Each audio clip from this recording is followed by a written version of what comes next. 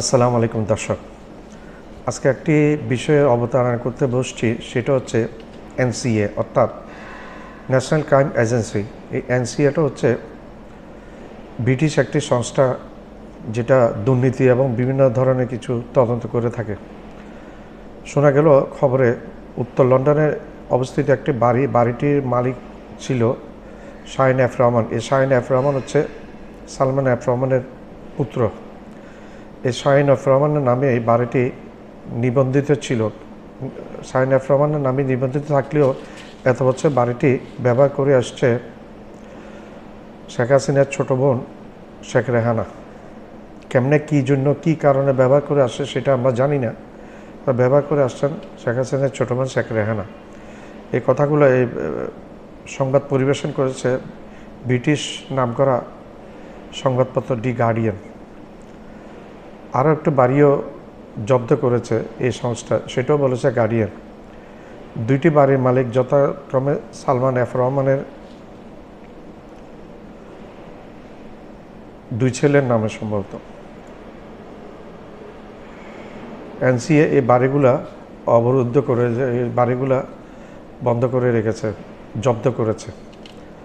90 pound মূল্যের এই বাড়ি বাংলাদেশের টাকায় 1479 কোটি টাকার সম্পত্তি এই দুইটা বাড়ির দাম।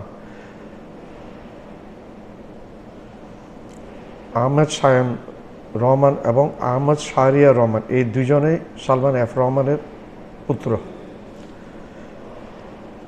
ওনাদের পিতার সম্পর্কে বাংলাদেশে কম বেশি সবাই জানে। দরবেশ বাবা নামে খ্যাত বেক্সিমকো মালিক সালমান এফ রহমান, যিনি বর্তমানে দুর্নীতির দায়ে কারারুদ্ধ হয়ে আছেন এবং জেল খাটছেন এবং অনবরত কাঠগড়ায়, বিচার কাঠগড়ায় যাচ্ছেন এবং জেলে আসছেন, এই অবস্থায় আছে এবং জেলে আছেন।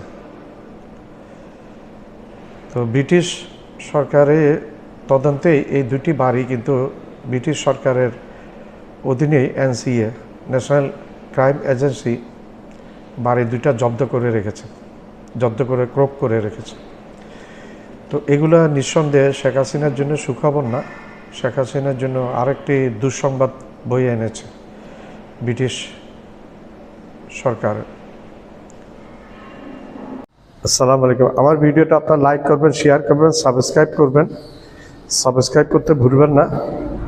সাবস্ক্রাইব করলে হবে যে কি, আমি উত্তর নতুন ভিডিও আপনাদের সামনে নিয়ে হাজির হতে পারবো এবং অনুপ্রাণিত হব।